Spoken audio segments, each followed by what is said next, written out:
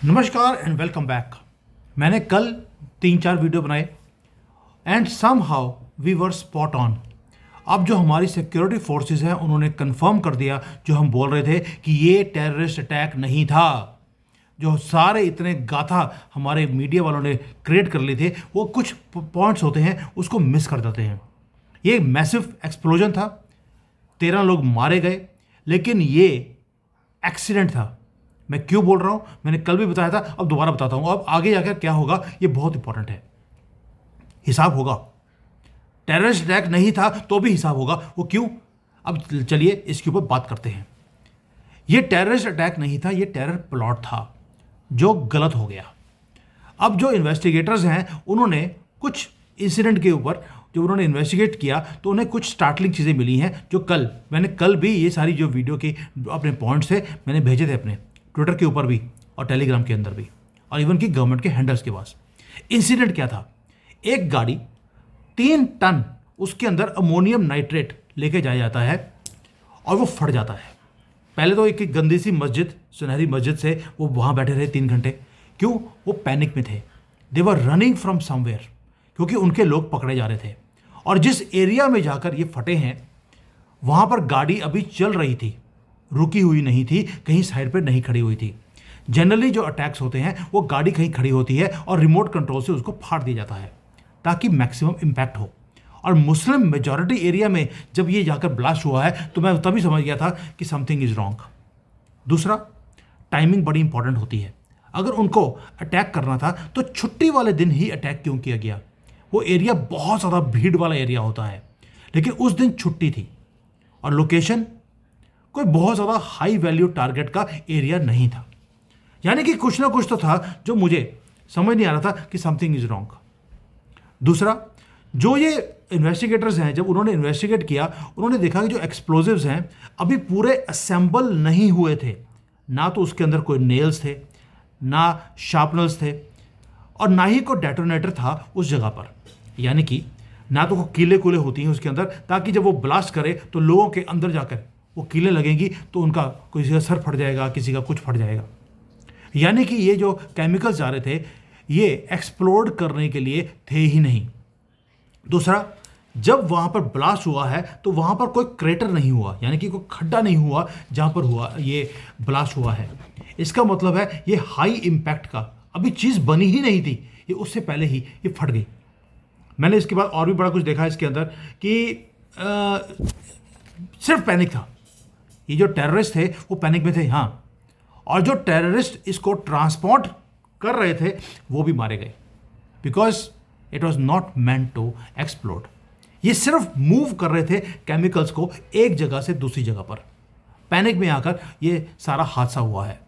अब आते हैं, 4 डॉक्टर पकड़े गए, सारे कश्मीर से और सारे हाईली एजुकेटेड प्रोफेशनल्स। कोई रैंडम ऑपरेटिव्स नहीं थे। इनके पास एक्सेस था, क्रेडेंशियल्स थे और इनके पास कवर था कि भाई ये तो डॉक्टर हैं। अगर ये चीज़ था तो पैनिक क्यों करे, पहले आप ये सोचिए। क्योंकि उनका नेटवर्क कोलैप्स हो रहा था।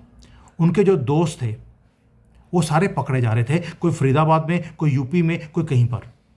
इसलिए ये रश कर रहे थे उस मटेरियल को, एक हाईली एक्सप्लोजिव मटेरियल को शिफ्ट करने के लिए भाग रहे थे चूहों की तरह। और उस पैनिक में अंदर वो जो एक्सप्लोजिव्स हैं वो डेटोनेट हो गए प्रीमेच्योरली और वो टेररिस्ट भी बीच में मारे जाते हैं। Please understand the bigger picture. ये एक आइसोलेटेड इंसिडेंट दिख रहा है लेकिन ये आइसोलेटेड इंसिडेंट नहीं है। इन्वेस्टिगेटर्स ने अभी एक और देखा कि जो जैश ए मोहम्मद है उनके कनेक्शंस थे इन लोगों के साथ। इनको ट्रेनिंग ऑनलाइन मिल रही थी, इंस्ट्रक्शंस ऑनलाइन मिल रही थी इनको।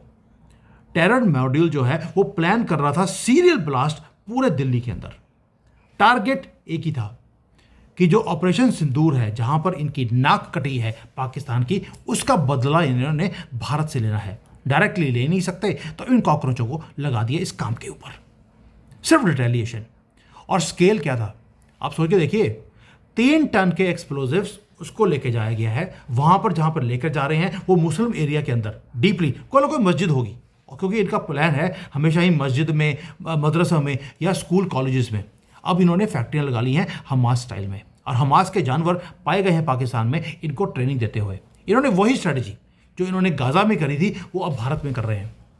मस्जिद के एरिया में आप जा नहीं सकते, इसलिए गाड़ी भी मस्जिद में पार्क करी गई। और प्लान क्या था, वहाँ पर जब इतना सा 3 टन तो ये लेके जा रहा है छोटी सी गाड़ी में, और कितना गया होगा, वो सारा इकट्ठा करने के बाद, बॉम्ब्स बनाने के बाद मास डेवास्टेशन करनी है मल्टीपल लोकेशंस पे। ये प्लान तो सामने आ गया, वेपन्स रिकवर करे गए हैं, इनके जो प्लान्स हैं वो भी सामने आ गए, ब्लूप्रिंट सामने आ गए हैं। अब क्रिटिकल क्वेश्चन ये है कि ये जो सेल्स हैं और कितने हैं, ये जो मॉड्यूल है आपने कुछ तो पकड़ लिए जो, लेकिन इनके जो ऑपरेशंस हैं अब डीप कवर में उन्होंने काम करना शुरू कर दिया। डॉक्टर्स, प्रोफेशनल्स, पीपल जिनके रिकॉर्ड क्लीन है, इनको इन्होंने लगाया है इस काम के ऊपर। जो सोफिस्टिकेशन है काम करने की वो अलार्मिंग है।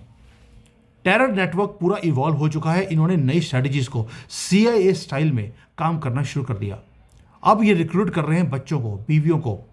बीवी तो इनकी होती नहीं, इनकी अपनी लड़की होती है जिसको ये बीवी बना लेते हैं, तो उनको भी इन्होंने एजुकेटेड प्रोफेशनल्स को और लड़कियों को इन्होंने रिक्रूट करना शुरू कर दिया। ये वो लोग हैं जो बड़े आसानी से मूव कर सकते हैं एक जगह से दूसरे जगह पर, और जो ट्रेडिशनल एक टेररिस्ट की प्रोफाइल होती है उसके अंदर इनका नाम नहीं आता है। और इनकी जो एक्टिविटीज़ हैं यही प्रोफेशनल्स की वो बढ़नी शुरू हो गई हैं। आप सोच के देखिए प्लान, पहले जो हमारा दिल्ली का एयरपोर्ट है उसकी एविएशन की सिक्योरिटी के अंदर इन्फिल्ट्रेट किया गया, वहाँ पे स्पूबिंग की गई और सारी फ्लाइट्स को डाइवर्ट करना पड़ा। उसके बाद इनके ऑपरेटिव्स पकड़े जाते हैं मल्टीपल सिटीज़ में, और इंटेलिजेंस एजेंसीज बताती हैं कि ये बहुत कोऑर्डिनेटेड प्लान है पूरे भारत को दहलाने का। इसलिए क्योंकि इनका प्रिय पाकिस्तान जिसके नाम पर ये नाचते हैं उसकी वाट लग रही है दिन रात। नाउ व्हाट विल हैपन, ये तो हो गया जो मैंने कल बताया था आपको। मैंने समराइज किया कि अब सिक्योरिटी फोर्सेस ने बोलना शुरू कर दिया, it was not a terrorist attack, we were right. अब आते हैं कि होगा क्या। पहले तो देखिए विडंबना क्या है मोदी जी की। भूटान में बैठे थे पीस समिट के अंदर, वहां पर उन्हें बोलना पड़ा कि अब हम रिटेलिएट करेंगे। कहां पर? पीस समिट के अंदर, क्योंकि वहां पर मौका ऐसा था, ओकेजन ऐसा था जहां पर वो ज्यादा बोल नहीं सकते थे। अब होगा क्या? अब यह होगा कि एक कैबिनेट की मीटिंग बैठाई जाएगी, वहां पर सिक्योरिटी फोर्सेस को बोला जाएगा आप पाकिस्तान के बॉर्डर के ऊपर अपने डिप्लॉयमेंट को इंक्रीज कर दीजिए। आप अफोर्ड कर सकते हैं 10,000 20,000 करोड़ का आपको खर्चा हो जाएगा, लेकिन पाकिस्तान इस वक्त ये पैसा अफोर्ड नहीं कर सकता। पहली बात तो ये। दूसरा है कि आपको पाकिस्तान की आर्मी को डिवाइड करना है। अफगानिस्तान के बॉर्डर आपने ऑलरेडी एक्टिवेट किया हुआ है, बलोची एक्टिवेटेड है, खैबर वालों ने बोलना शुरू कर दिया हमें अब अलग कंट्री चाहिए, हम अब पाकिस्तान के लोगों के सामने कुत्ते की तरह नहीं रह सकते। ये उनके वर्ड्स हैं। यानी कि पाकिस्तान आर्मी को अब मल्टीपल फ्रंट्स पर आप डिवाइड करेंगे, ये राइटिंग ऑन द वॉल है। भाई आपको युद्ध करने की जरूरत क्या है पाकिस्तान के साथ, जब आपके लिए वहीं के लोग आपके लिए फाइट करना चाहते हैं, आप उनकी हेल्प कर दीजिए उनके युद्ध में, वो आपकी हेल्प करेंगे आपके युद्ध में। तो मैंने कल बोला था कि ऑपरेशन सिंदूर अब कंटिन्यू होगा। उसका मतलब क्या है?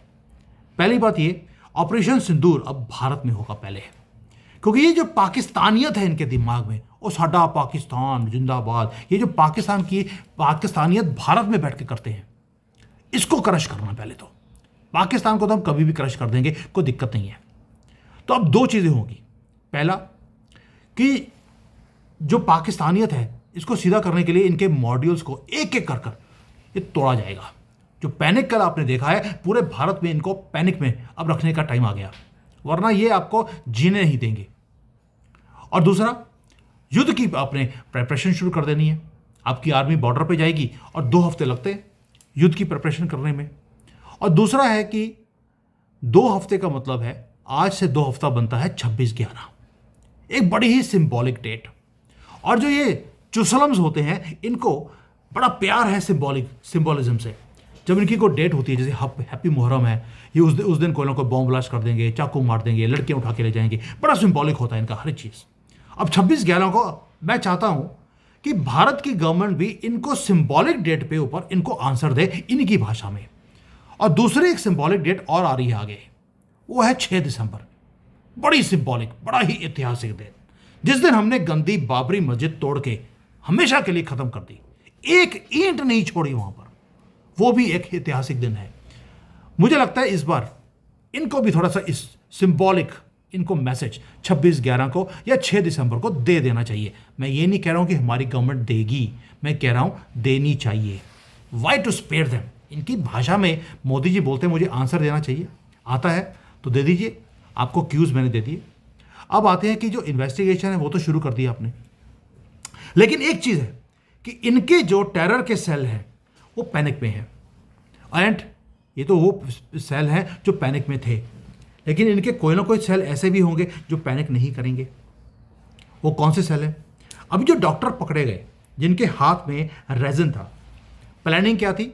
10-20 लाख हिंदुओं को खत्म करना है। पानी के टंकी में रेजिन डाल दिया, किसी को पता नहीं लगेगा, और 2 दिन के अंदर 10 लाख 20 लाख हिंदू मारे जाएंगे, क्योंकि उससे इनका अल्लाह खुश होगा। कैसा कमीना अल्लाह है इनका यार, जो लोगों के मरने पे खुश होता है। चलिए, ये इनकी बेवकूफ़ी है, ये करते रहें, लेकिन मेरा टेक एक ही है, करने दें इनको एक बार। 10-20 लाख लोग मारे जाएंगे एक सिटी में, कोई दिक्कत नहीं है, क्योंकि आपकी जो ये गुड बॉय बनने की इमेज है कि लोग क्या करेंगे, हमने मुसलमानों को मार दिया, उसके बाद ये इमेज आपको रखने की जरूरत नहीं पड़ेगी, क्योंकि वर्ल्ड आपके साथ स्टैंड करेगा कि भाई 10 लाख लोगों को मार दिया, now you have a right to defend yourself. आपके पास लाइसेंस हो जाएगा इनको मारने का, एलिमिनेट करने का। फिर आपको इनका लिंक काटने की जरूरत नहीं है, इनकी गर्दन आप काट सकते हैं, और उसके बाद पाकिस्तान को एलिमिनेट करना आपके लिए बाएं हाथ का खेल होगा। देखिए, मैं क्यों बोल रहा हूं, बॉम्ब ब्लास्ट हमारे कंट्री में बड़ी बार हुए, हम भूल गए, लेकिन भोपाल की ट्रेजेडी हुई, हम आज भी उसको याद रखते हैं, क्योंकि वो प्लान्ड एक स्ट्रेटजी थी कांग्रेस की हिंदुओं को मारने की। ये कॉस्ट है जो हमें पे करनी पड़ती है एक बार, लेकिन परमानेंट शांति आ जाएगी। क्वेश्चन है कि क्या भारत के लोग इस प्राइस को पे करने के लिए तैयार हैं? कोई भी सिटी हो सकता है, वो हो सकता है मेरा सिटी हो, मैं रेडी हूं, मेरे पेरेंट्स रहते हैं भाई उस सिटी में, मैं तो भी रेडी हूं उस प्राइस को पे करने के लिए। इतना भी दर्द नहीं होगा, क्योंकि देश के लिए हमने वो प्राइस पे की है। क्या हम रेडी हैं? और मैं तो रहता ही पंजाब के बॉर्डर के पास हो, ये पाकिस्तान के बॉर्डर के पास, अटैक होगा तो हमारी सिटी पे होगा। I am ready to pay that price. Are you ready? और हमें भूलना नहीं चाहिए, क्यों बोल रहा हूं कि ऑपरेशन होगा, हमारी बाउंड्री एक्सपैंड होगी, क्योंकि ऑलरेडी पाकिस्तान ने अपना बेस टेररिज्म का बांग्लादेश में शिफ्ट कर दिया है। उनकी नेवी की शिप्स वहां पे चिटागोंग के पास पाई गई हैं, and they are preparing for a war within India, और बाहर से सपोर्ट की जाएगी। और अब हमें स्ट्राइक पहले करना पड़ेगा, क्योंकि अब हमने अगर पहले स्ट्राइक नहीं किया तो वो ऐसा डिस्ट्रक्शन भारत के अंदर लेके आएंगे जिसको हम संभाल नहीं पाएंगे। उनकी तैयारी पूरी है दोस्तों, उनके घरों में ये बॉम्ब्स, ये रेजिन्स, चाकू, बंदूकें, डॉक्टर के घर में AK-47 पाई जा रही हैं। अब आम आदमी क्या सोच सकते हैं कि क्या कुछ उनकी तैयारी होगी, और हमारे घर में एक चाकू भी नहीं होता। इसलिए अब हमें इनकी पाकिस्तानियत को और पाकिस्तान को ख़त्म करना पड़ेगा। हमारे पास चॉइस नहीं है, युद्ध हमारे गले तक आ चुका है। पिछले 3 महीने से लगातार मैं बकवास कर रहा हूं अपने वीडियो में, कोई सुनने को तैयार नहीं है। और ये जो इन्होंने अटैक अभी करने की प्लानिंग करी है, this is not the last time, ये तो शुरुआत है। उनकी हिम्मत देखिए आप, अभी तो मोदी योगी की गवर्नमेंट चल रही है तो इनकी हिम्मत है। कल को अखिलेश और कांग्रेस की सरकार आ गई तो राहुल गांधी ने तो बोल दिया कि उसका जो होम मिनिस्टर होगा वो अखिलेश यादव होगा। सोच के देखिए, अखिलेश यादव अगर इस कंट्री का होम मिनिस्टर बन गया और राहुल गांधी प्रधानमंत्री बन गया तो क्या होगा।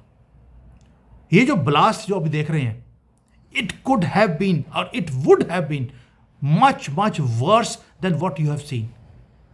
ये एक्सप्लोजिव्स अभी असेंबल होने थे, अभी असेंबल हुए नहीं थे, और अगर ये उस टारगेट पे पहुंच जाते जो इनका टारगेट था, वो कुछ भी हो सकता है। इट माइट बी प्रधानमंत्री मोदी और it might be something else. तो क्या होता? हम हंड्रेड्स की बात नहीं कर रहे, हम लाखों लोगों की कैजुअलिटीज की बात कर रहे हैं। इस बार तो हम लकी थे क्योंकि वो लोग पैनिक कर गए। महादेव ने कृपा ऐसी करी कि हम बच गए, लेकिन लक हमेशा ही सिक्योरिटी एजेंसीज के साथ नहीं रह सकता, आपके साथ नहीं रह सकता। कभी ना कभी वो जीतेंगे। मैं बार बार बोलता हूं, वो उनको डर नहीं है कि 99 टाइम वो हार गए, उनके लोग मारे गए, कोई फर्क नहीं है। उनका तो जन्म ही मरने के लिए है। वो जीत उस दिन मानते हैं जिस दिन वो एक बार जीतेंगे। They are waiting for that one day.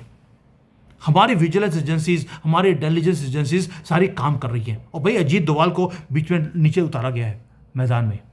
हम जनरली अजीत डोभाल को मैदान में नहीं उतारते। उनको उतारने का मतलब है it is much more serious. और हमारे सिटीजन्स आज भी क्या बोल रहे हैं, ये तो गवर्नमेंट ने खुद ही कराया है, वो तो इलेक्शन हार रहे हैं ना बिहार वाले, इसलिए डाइवर्ट करने के लिए टेंशन को ये काम किया गया है। Please refrain from these things, क्योंकि बहुत यूट्यूब चैनल्स पे और इंडियन मीडिया पे ये चीज़ें बोली जा रही हैं। It is not like that simple. ये अभी प्लानिंग उनकी खराब हो गई है। It was a false flag, it was a accident which happened. लेकिन एक्सीडेंट हुआ है आपके बड़े जो हादसे थे उससे रोकने के लिए। लेकिन और कितने मॉड्यूल्स एक्टिव हैं अभी हमें नहीं मालूम। पहले तो उनको सीधा किया जाएगा। ये जो मीटिंग है, मेरा अपना अनुमान है, अपनी कैलकुलेशन है, वो मीटिंग आज होगी और आज मीटिंग के बाद फैसला लिया जाएगा कि अब पाकिस्तानियत को पहले ख़त्म कैसे करना है, उसके बाद पाकिस्तान को। और ये होकर रहेगा, क्योंकि अब आपके पास चॉइस नहीं है। आपको इस पाकिस्तानियत को इनके अंदर से ख़त्म करना पड़ेगा, वरना ये आपको ख़त्म कर देंगे। मैं बार बार बोलता हूँ, चाइना के अंदर भी पाकिस्तानियत थी, इन्हीं मुसलमानों के अंदर ख़त्म कर दी गई। इनका जो हाल कर रहे हैं, मैं इसके ऊपर पूरा वीडियो बना चुका हूँ, आज या कल मैं लगाऊंगा कि चाइना ने क्या ब्यूटीफुल फॉर्मूला से इनको सीधा किया है। सीधा नहीं किया, सीधा ऊपर पहुंचा दिया, जहाँ पर इनकी ज़िंदगी शुरू होती है 72 होर्स के पास। क्योंकि वहाँ पे तो होर्स नहीं है, होर्स हैं ये, जिनके पास जाकर ये खुश होते हैं। तो आपको इनको वहीं पहुँचाना पड़ेगा, आपके पास कोई चॉइस नहीं है दोस्तों। This is the only option, क्योंकि ये इतनी जल्दी से ये सीधे नहीं हो सकते। और भाई डॉक्टर, इंजीनियर वो पाए जा रहे हैं अब तो इस कामों में। लेडीज़ को, बच्चों को लगाया जा रहा है, यानी कि उनके 30 करोड़ लोग भारत में सारे जिहादी हैं। इनको तो 1 सेकंड लगता है जिहाद के प्रोग्राम में ज्वाइन करने के लिए। They are ready for it. और आप अपनी ही गवर्नमेंट को, अपने ही लोगों को गाली निकालते जा रहे हैं। आपकी मर्जी। Thank you. जय हिंद, वंदे मातरम।